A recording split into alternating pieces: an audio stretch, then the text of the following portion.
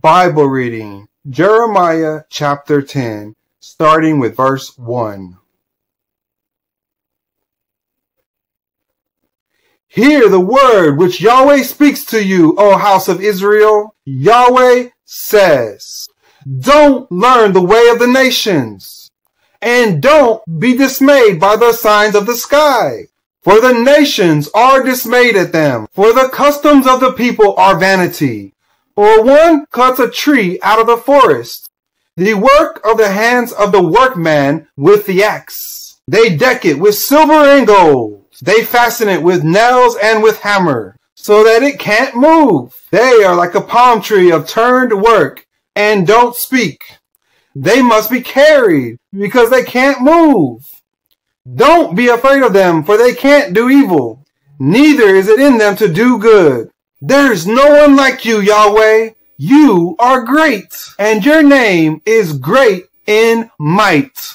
Who shouldn't fear you, King of nations? For it belongs to you.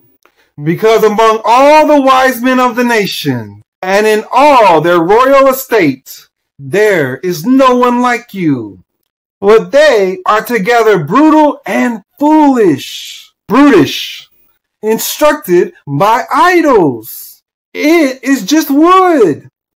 There is silver beaten into plates, which is brought from Tarshish, and gold from Upaz, the work of the engraver and of the hands of the goldsmith.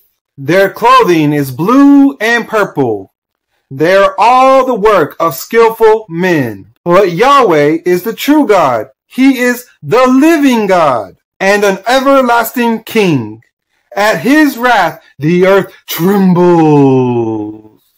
The nations aren't able to withstand his indignation. You shall say this to them: the gods that have not made heaven and earth will perish from the earth and from under the heavens. God has made the earth by his power. He has established the world by his wisdom.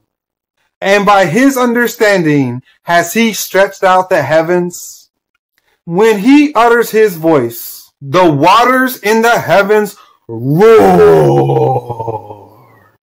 And he causes the vapors to ascend from the ends of the earth. He makes lightnings for the rain and brings the winds out of his treasuries. Every man has become brutish and without knowledge. Every goldsmith is disappointed by his engraved image, for his molten image is falsehood, and there is no breath in them. They are vanity, a work of delusion. In the time of their visitation, they will perish. The portion of Jacob is not like these, for he is the maker of all things, and Israel is the tribe of his inheritance. Yahweh of armies is his name. Gather up your wares out of the land, you who live under siege. For Yahweh says, behold, I will sling out the inhabitants of the land at this time, and will distress them that they may feel it.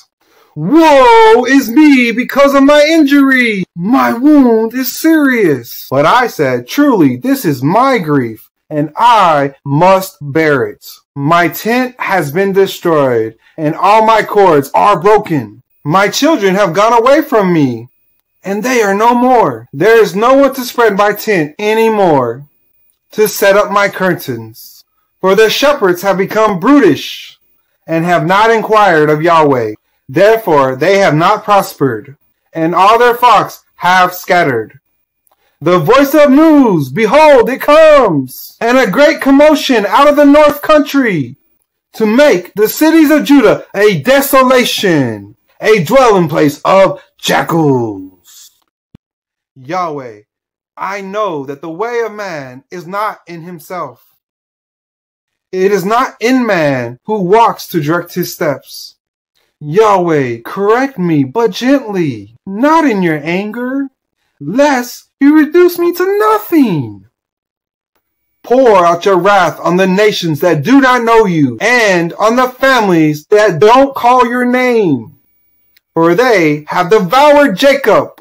Yes, They have devoured him, consumed him, and have laid waste in his habitation.